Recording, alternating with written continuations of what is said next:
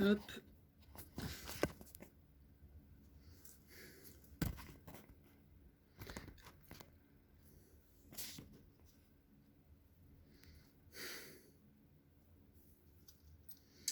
Donc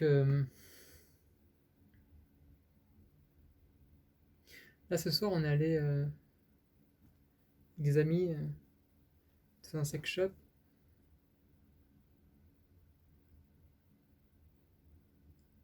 C'est un sex shop dans lequel j'avais déjà été d'abord avec une amie, puis après tout seul aussi.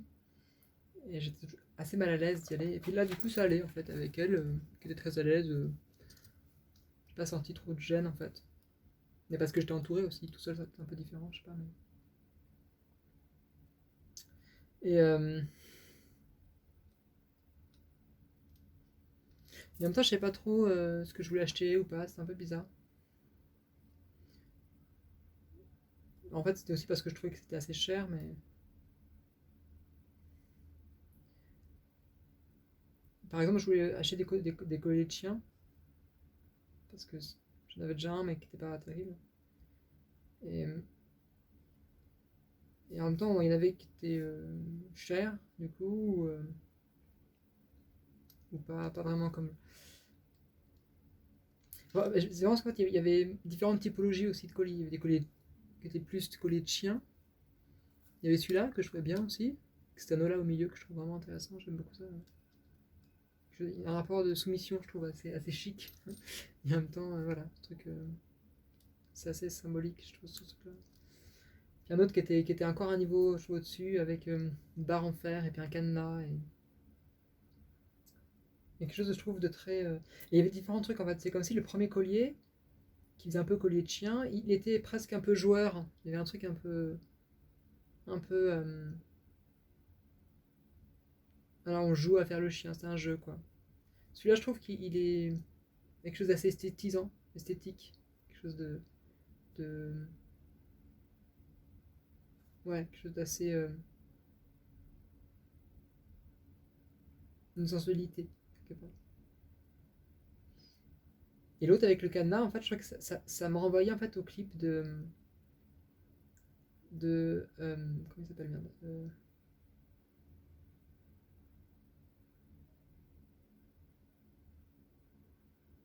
ouais, je sais plus. Ce mec-là, qui fait des clips, justement, il se met en scène aussi dans des représentations BDSM. Et c'est assez magnifique. Je trouve ça très très beau, en fait. Comment il s'appelle?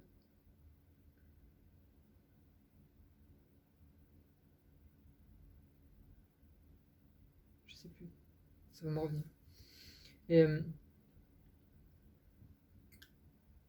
dans un clip, notamment, il y a une combinaison tout en cuir, et avec des verrous partout. Et il est complètement enchaîné à ça comme une camisole. Et puis il passe d'homme en homme comme ça, il est ballotté en fait un peu. Et c'est assez beau en fait. On voit cette espèce de dépendance qu'il a et cette espèce de dureté en fait, ces violences qu'il a, qui rejoue, qui est rejoué en fait là-dedans. Et, et en même temps toute la compassion qu'il y a à travers les gens qu'il retrouve aussi. Je trouve ça très beau en fait. Et dans un autre clip aussi, on le voit là. Il y a un truc que j'aime beaucoup, c'est qu'il a un collier en fait en chaîne avec un cadenas ici. Et puis il y a aussi des tenues aussi un peu sexy ou des. Mais il y a ce truc là tout le temps en fait, du cadenas dans la chaîne comme ça. Et j'aime beaucoup parce que du coup on n'est pas sur justement un collier qui est fait exprès. C'est un collier un peu do it yourself et en même temps qui véhicule une certaine un truc côté un peu industriel quoi, un BDSM industriel.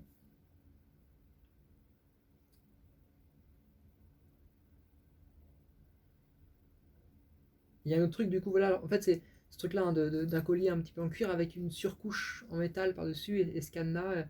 Et c'est des choses aussi que j'ai vues dans des cages de chasteté aussi, enfin, plus large. Et c'est vrai qu'il y a un côté beaucoup plus massif, quoi. Il y a un truc. j'ai l'impression que ça fait un peu, c'est pas simplement un truc un petit peu élégant, comme ça, séduisant, presque féminin. On est sur un truc presque lors d'une prison, quoi.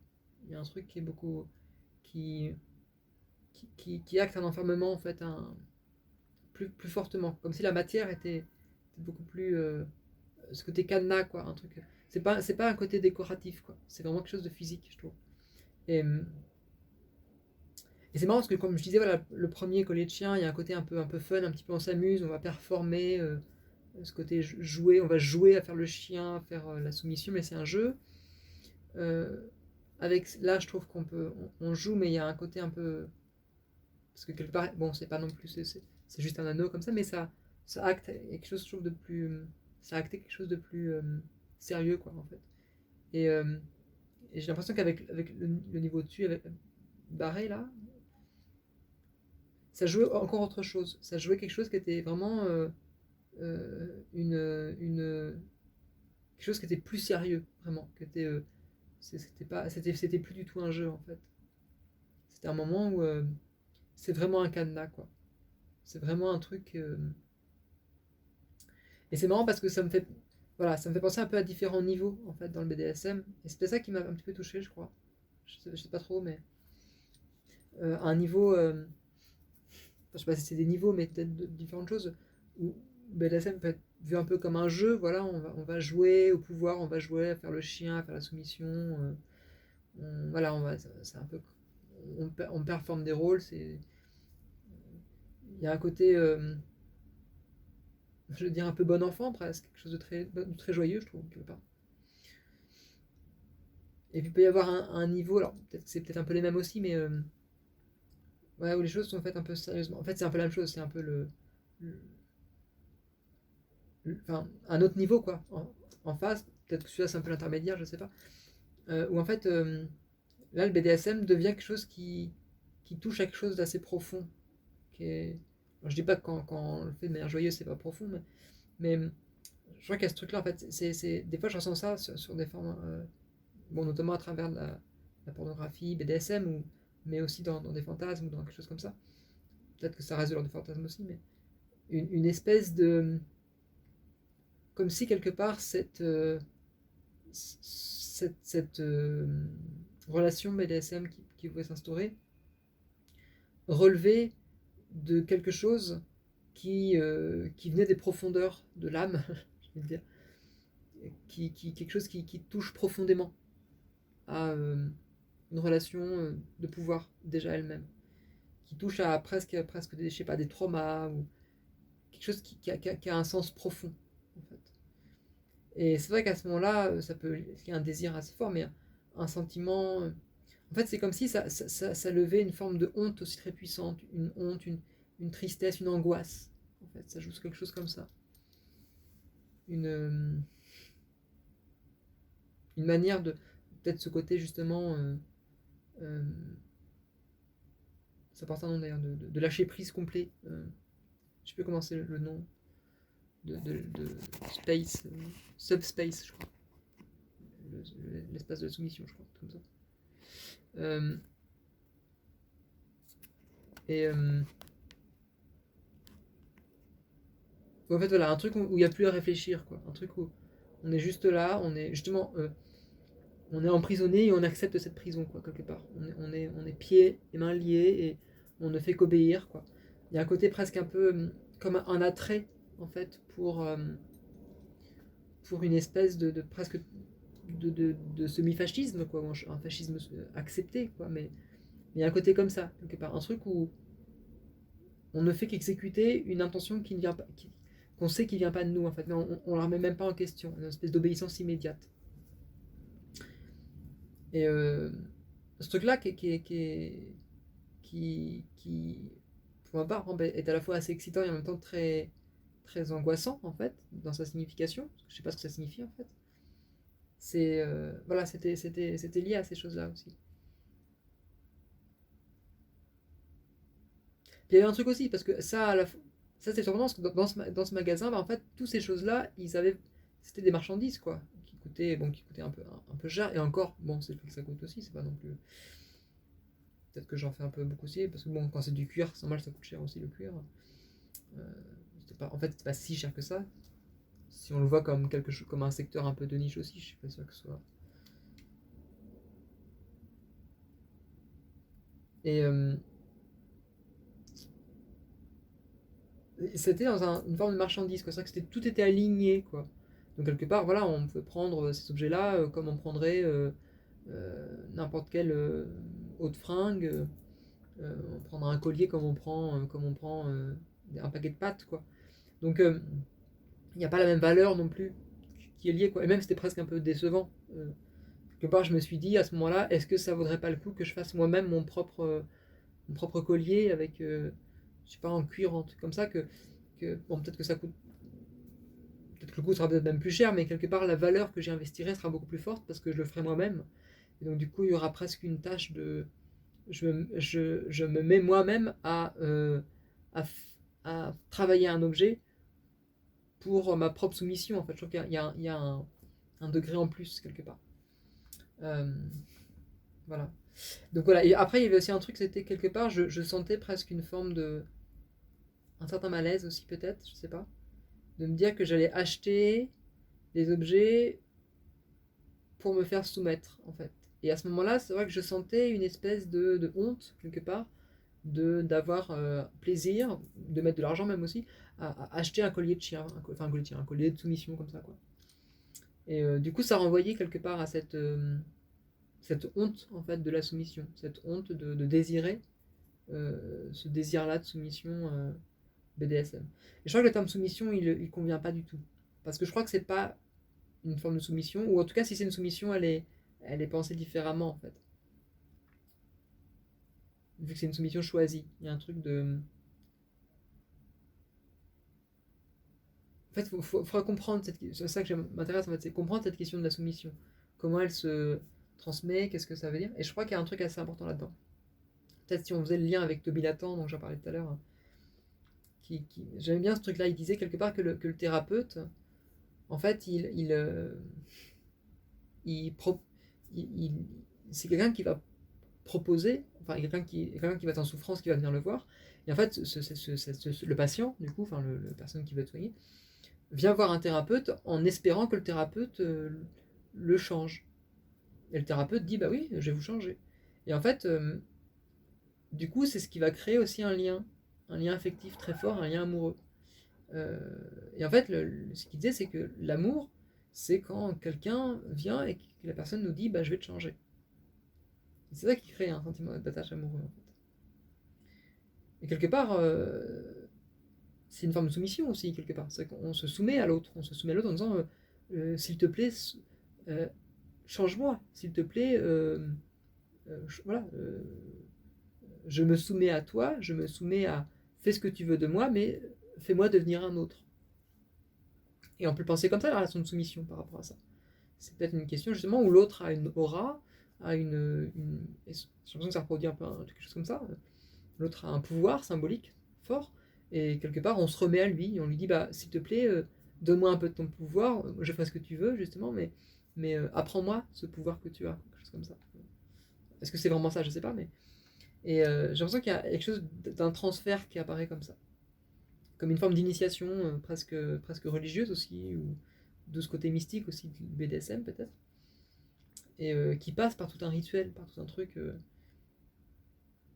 Alors c'est peut-être très différent justement sous cet aspect rituel ou sous un aspect justement beaucoup plus enfantin où on s'amuse à performer des rôles ou quoi.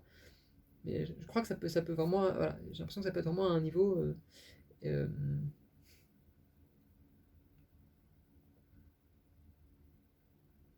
mais cette dépendance-là, on l'a un peu partout.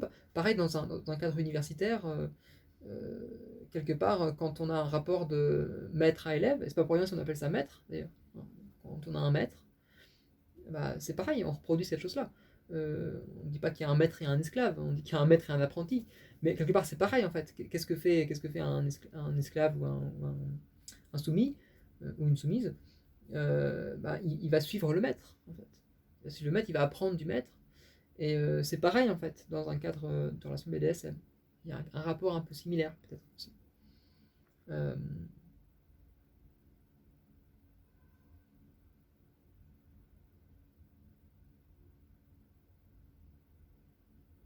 peut voir comme peut-être que c'est une manière aussi justement de lever les inhibitions sexuelles, quoi.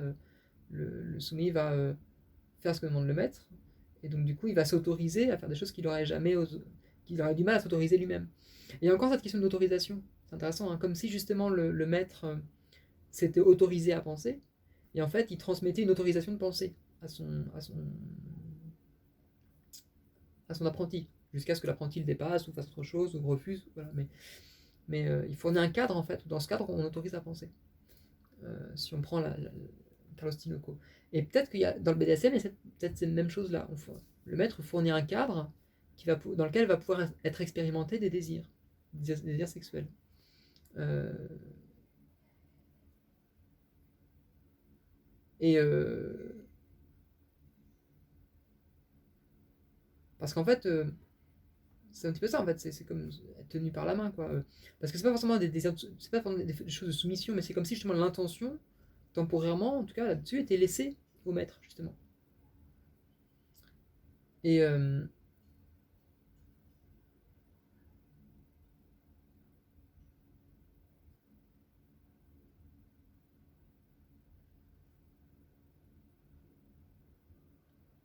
parce que le soumis, par exemple, un soumis homme, par exemple, peut très bien, dans une relation gay, par exemple, se faire pénétrer, mais il pourrait aussi pénétrer, en fait. C'est même pas une question d'être actif ou passif, c'est une question d'obéir, justement, d'obéir au cadre. Et en obéissant au cadre, en fait, ce qui est intéressant, je me dis, c'est que, voilà, on s'autorise à faire des choses qu'on n'aurait pas fait autrement, et que c'est une manière, quelque part, d'explorer un cadre qui est plus grand. J'imagine que c'est ça. Et je crois que ce qui m'intéresse dans le BDSM, c'est certainement de faire des choses que, qui m'intéressent, mais que moi-même, j'aurais pas la force, j'oserais pas le faire, j'oserais pas le faire par moi-même, quelque part. Et le fait que quelqu'un le demande, ça permet de le faire sans avoir à prendre l'initiative de le faire, en fait. Euh, mais il y a peut-être autre chose que ça, parce que c'est peut-être pas tout à fait ça non plus. Je pense qu'il y a ce... J'aime bien cette idée aussi d'être complètement pris par l'autre, en fait, et possédé par l'autre. Et c'est encore une forme de possession, en fait. On est possédé par l'autre, on est pris dans l'autre, en fait. Et du coup, c'est comme si, en étant pris dans l'autre, en fait, on le vit, l'autre aussi. On vit l'autre par soi-même, quelque part. C'est pas une manière d'expérimenter l'autre aussi, en fait. Et de prendre ce qu'on veut prendre chez lui ou pas, ou un truc comme ça. Mais du coup, ça veut dire qu'une relation BDSM, c'est pas simplement une technique, enfin, en tout cas, une technique qu'on pourrait faire avec n'importe qui. C'est une relation qui se construit avec la personne. Ça serait comme un type de relation qui opère une forme d'échange de pouvoir symbolique à ce niveau-là. Et qui peut se faire qu'avec une personne qui justement a une aura qui nous touche, un charisme qui nous touche, quoi. Des personnes qui nous fascinent, qu'on admire, quoi. Et qui reproduisent aussi des formes de pouvoir, de domination. Déjà. Donc,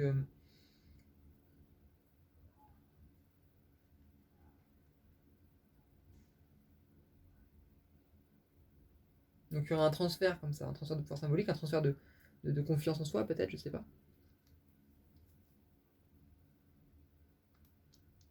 Ça m'intrigue toutes ces questions-là, en fait.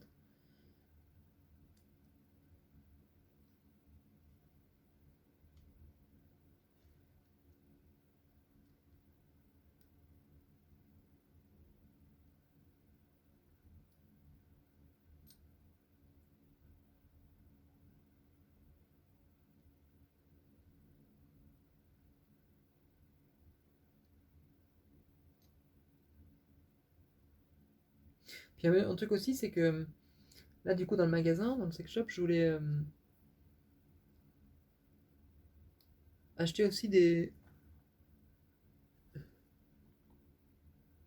tenues sexy, féminines, pour les porter pour voir. Bon, pareil, c'était un peu cher, enfin que bon, c'est peut-être aussi les prix, un peu cher quand même. Je connaissais pas les tailles non plus, mais moi, pareil, j'ai pas osé l'acheter parce que j'avais, même si je savais que c'était nul, parce qu'en fait, tout le monde s'en foutait, dans le groupe, mais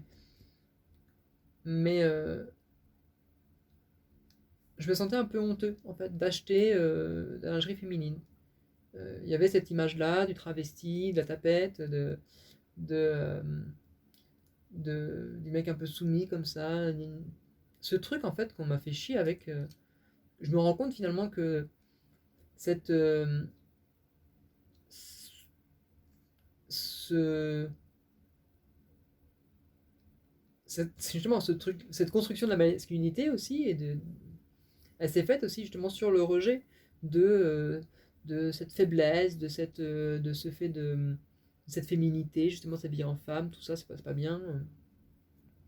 Et bon, ça d'un côté, mais aussi justement de cette forme de soumission quelque part, voilà, euh, être pas capable de s'affirmer, par exemple, euh, ça va, ça va pas être, c'est mal vu du coup, et c'est pas masculin surtout quoi. Voilà, ce truc-là, de être un peu timide, un peu, ce côté un peu fragile, ça marche pas en fait. Voilà, c'est c'est pas ça. Ça en fait le truc, c'est que être un peu fragile, un peu fleur bleue, un peu romantique quelque part, c'est pas masculin et c'est c'est considéré comme, mais c'est pas vu sous l'angle masculin, c'est le dire en fait, c'est que c'est considéré comme normal, qu'on devrait être super confiant, de s'affirmer complètement et tout ça. Et qu'en fait, justement, tout ce qui est un petit peu, voilà, les peurs, les, les, ce côté fragile, ce côté sensible, un peu, voilà, un peu peureux, quoi, c'est vu comme, comme juste être une mauviette, quoi. Ce côté mauviette, mauviette tapette. Maintenant, je me rends compte que c'est quelque part une forme aussi de sexisme, en fait. Ce rapport-là, euh,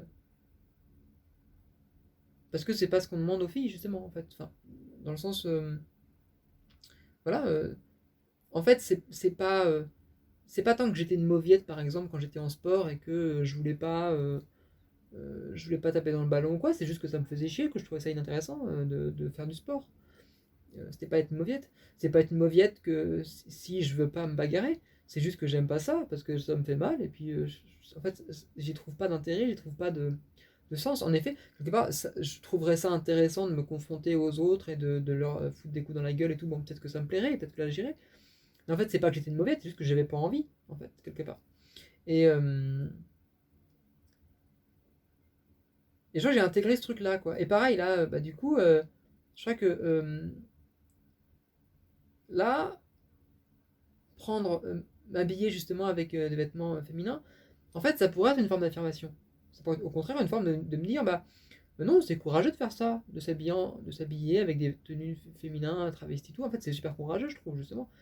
En fait, parce que ça demande beaucoup d'efforts et tout. Bah, en fait, ouais, mais ça renvoie aussi justement à tout ce truc de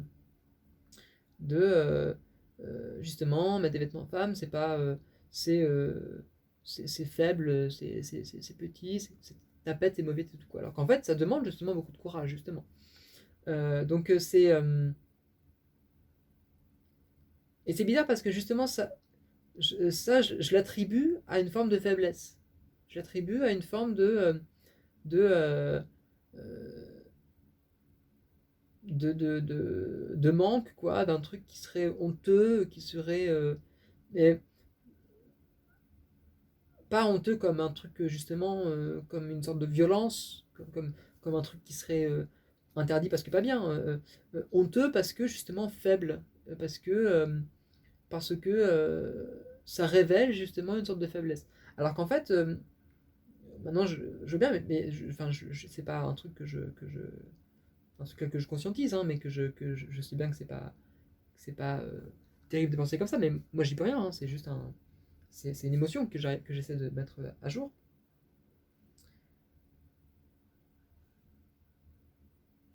Qu'en fait, voilà, comment trouver justement ce moyen de retourner ça, de se dire, bah, quelque part, d'être en vêtements, des vêtements féminins, mais l'affirmer comme, comme quelque chose justement comme une victoire, comme un défi, en fait. Un défi de, je mets des vêtements féminins, et c'est justement une forme d'affirmation, en fait, une affirmation contre quelque chose. C'est pas une. En fait, c'est un petit peu comme l'alcool, par exemple, un truc comme ça. C'est comme si, quelque part, voilà. c'est marrant parce qu'on a un peu même rapport aux drogues aussi, quelque part. Euh, pour les drogues, ou pour l'alcool, quand on est jeune, boire de l'alcool, ça peut être justement une preuve de virilité, de ouah, c'est cool, on boit de l'alcool, on est des fous. Et donc, du coup, une manière, quelque part, de s'affirmer par l'alcool. Mais l'alcool, dans un autre angle, alors pas quand on est jeune, plutôt quand on est jeune, mais ça peut être surtout un peu plus après, bah, quelque part, quelqu'un qui boit beaucoup d'alcool va être vu comme un peu alcoolique, et ça peut être vu, au contraire, comme une forme de dépravation, quelqu'un qui prend pas soin de soi, et donc une faiblesse, justement, comme une sorte de quelque chose qu'il faut pas faire, quelque chose qui est le début d'une, d'un, un relâchement, en fait, une sorte de relâchement, un truc comme ça, un truc qui est, voilà, c'est pas aller vers une, ouais, c'est un relâchement de quelque chose.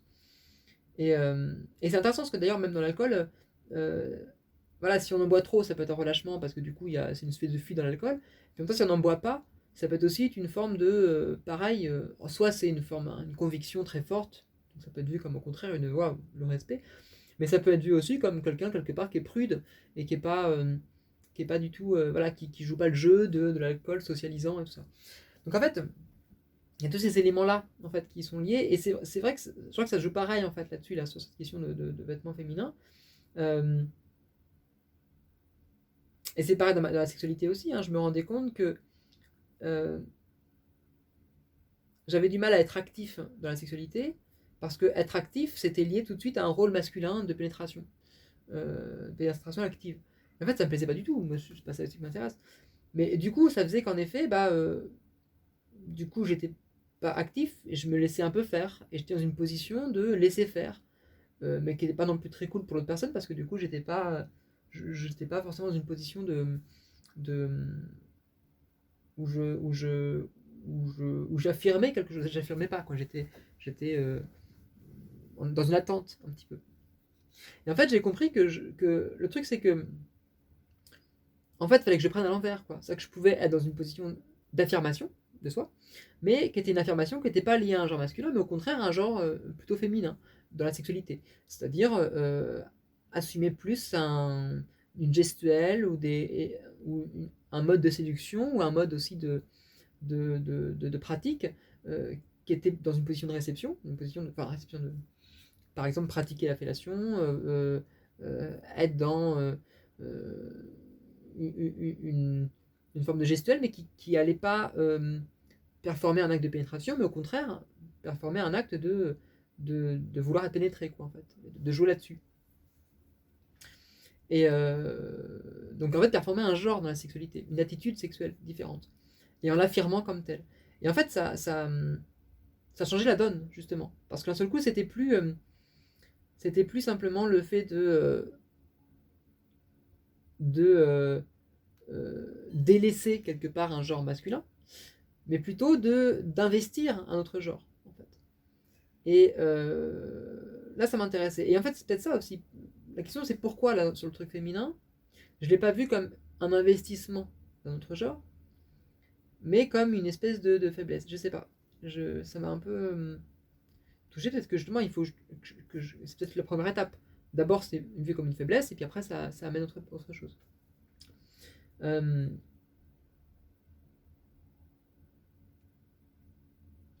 bon, ce qui est bien, c'est qu'en disant tout ça, je vois que les choses se réarrangent. Mes jambes sont moins lourdes. Il y a quelque chose qui remonte ici, là, donc il y a un truc. Je m'autorise ici à montrer avec ça. Je suis assez admiratif des gens qui, dans la rue, pas beaucoup, hein, quand même, mais bon, qui arrivent à porter en fait, des éléments BDSM. Je me dis, waouh, quel courage. Moi, j'aimerais bien avoir un bracelet BDSM, par exemple, sur le bras, comme ça, un truc qui soit suffisamment discret pour que ça fasse comme élément de décoration, comme élément de style, et qui en même temps soit assez explicite pour que ça puisse, voilà, qu'on puisse comprendre pour ceux qui connaissent, quoi. Je trouve qu'il y a un truc intéressant là-dedans d'amener quelque part sur l'espace public ces questions-là, quoi. C'est parce que c'est vrai que moi c'est un truc je me rends compte, voilà, bah, que c'est une sexualité qui est mal vue, qui est très cliché, hein. Je vois bien que dans ma famille, enfin, en fait on en parle très peu, mais que même les stéréotypes dessus sont toujours très très. Bah ouais, enfin, c'est toujours cliché, quoi, quelque part. Et moi, je crois que j'en ai souffert par rapport à ça. C'est encore un truc que je souffre encore un peu maintenant, de la considérer comme sexualité légitime, quoi. Alors qu'en fait, c'est une sexualité à part entière, quoi. Je me rends compte que c'est un truc. Bon. Et qui en plus, d'ailleurs, elle n'est pas non plus exclusive, quoi. C'est-à-dire que je me rends compte que c'est un angle de la sexualité que j'ai, mais il y en a plusieurs, quoi. Donc bon. Donc, du coup, je vais l'investir beaucoup plus, quoi. Je sais pas comment ça marche, mais. Et.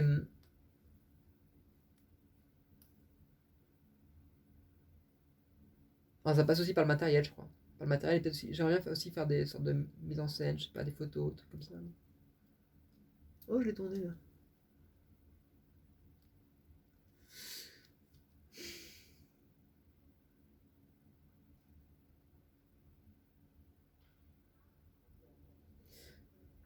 Hmm. Donc voilà, bon, peut-être qu'en effet, il faut que je teste en fait, voir qu'est-ce que ça fait quand j'ai des portes jartelles, quand j'ai de la lingerie féminine. Ah si, il y a un truc aussi, je me suis souvenu de ça. Je me souviens que quand j'étais petit, je regardais les catalogues de la Redoute. Et il y avait justement des pages féminines dedans, des pages de lingerie féminine. Moi, du coup, ça m'excitait, c'était un des premiers. Ça faisait partie des fantasmes aussi que j'avais. Et, euh, et ces images-là, je trouvais belles en fait. Il y avait quelque chose que je trouvais d'excitant dans ce corps féminin. Mais je crois que maintenant je comprends qu'en fait, c'était pas. Parce que c'était surprenant, parce que je me dis, bon, bah. euh, C'était comme des images. C'était des fantasmes qui seraient du coup féminins. Mais je me voyais pas non plus les pénétrer, je me voyais pas faire l'amour avec ces femmes-là, qui étaient enfin, je sais pas, qui avaient peut-être, je sais pas, 25-30 ans, quoi, un truc comme ça. En fait, je crois que ce qui me plaisait, par contre, c'était leur corps. Il y avait un truc comme ça. En fait, il y avait quelque chose d'excitant là-dedans. Et je crois que ce qui m'excitait, c'était d'avoir leur corps. Enfin, maintenant, c'est la question que je me pose maintenant, en fait. Et donc, du coup, en fait, ça, c'est la question de la transgenre, quoi, pour le coup. Je crois que la question transgenre, en fait, pour moi, elle se lie beaucoup aussi à la fois, c'est la question de la vie quotidienne, c'est vrai, mais beaucoup dans la question de la sexualité, quoi. C'est comme si en fait, j'arrivais pas aussi à vivre une sexualité qui me convient, parce que je me sens pas dans un corps dans lequel je me sens à l'aise. Et ça marche justement avec des personnes qui sont un peu dominants et et en fait, forcément, dans le noir, bah, mon corps est pas. Je le reconnais pas, il est. Il est. En fait, c'est pas que je m'imagine forcément avec un corps de femme, mais je me sens plus femme dans la relation que j'entretient avec l'autre personne. Ça apparaît comme tel, mais c'est peut-être ça en fait qui crée aussi un sentiment d'excitation. Alors que peut-être que part, c'est que. Ouais, si je pouvais être plus femme, en fait, je crois que ça me plairait beaucoup, quoi.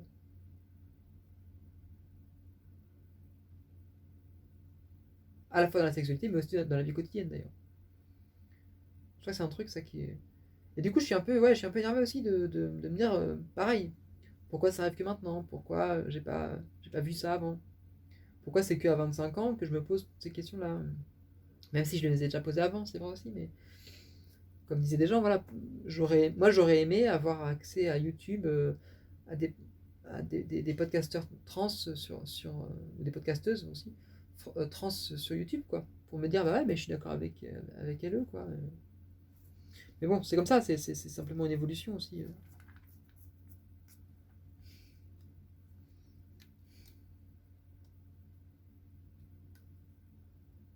Mais c'est vrai aussi qu'en fait, ça, c'est que, pareil, dans le BDSM, par exemple, quand je vois des images de mecs soumis, par exemple, ça je m'identifie moins. C'est comme un signe, quoi, quand même. Parce que c'est pour ça, voilà, des mecs soumis avec une dominatrice, par exemple, ou même avec un dominateur. Des mecs soumis avec un dominateur, je m'identifie moins. Alors, sauf si le mec soumis, il est un peu efféminé, un peu androgyne, c'est déjà intéressant, mais je m'identifie moins qu'une femme soumise, quoi. Une femme soumise, euh, provoque chez moi une forme d'excitation, une sorte de, de pas forcément une excitation sexuelle de portée vers la personne, mais plutôt un sentiment en fait, une forme d'identification. C'est comme si je voyais la personne et j'ai l'impression qu'elle est un peu comme moi. Je vois la personne, enfin la personne, c'est une photo, oui, souvent, mais. Et en fait, c'est une manière de me dire, tiens, j'ai l'impression qu'on a des choses à partager, en fait. J'ai l'impression que, quelque part, qu'il y a quelque chose en moi qui est comme elle. D'un côté comme ça. Je me sens proche d'elle, en fait. Je me sens.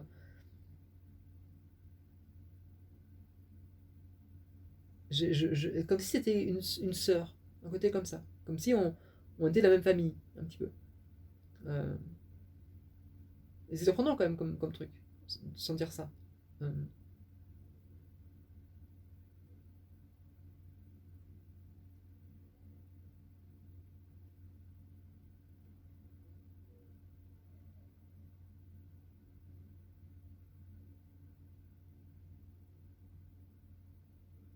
Bah, du coup, j'y pense, et puis du coup, je vois qu'est-ce que ça produit dans le corps. Et ça produit pas un sentiment d'excitation sexuelle, en fait. C'est autre chose. Là, ça produit une forme de sentiment de bien-être, pour le coup.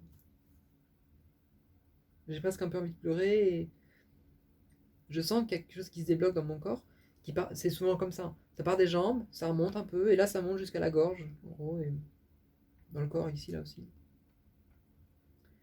Et ça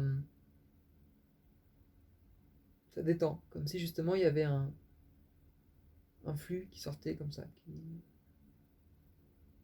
circulait.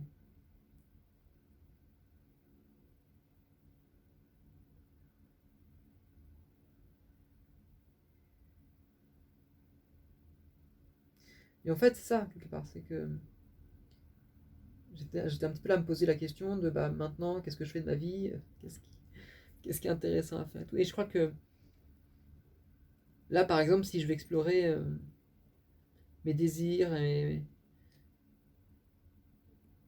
mon identité, etc., bah, je crois qu'en fait, ça converge vers ça, quoi. Vers une transidentité, plutôt, plutôt féminine, même si féminine, c'est peut-être plus dans la sexualité. Je sais pas, dans le quotidien, je sais pas si je me sens vraiment féminin, féminine. Pas de cette manière-là, en tout cas. Mais dans la sexualité, il y a en tout cas un désir de féminité et de soumission, en fait. Et de séduction aussi. Une séduction de cet ordre-là, quoi. Et ça, c'est un truc quand même qui est. Ce côté que j'ai besoin d'expérimenter, je crois. Vraiment.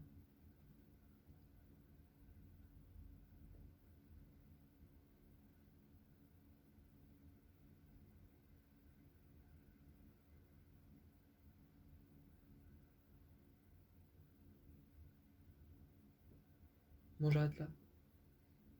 Bonne nuit.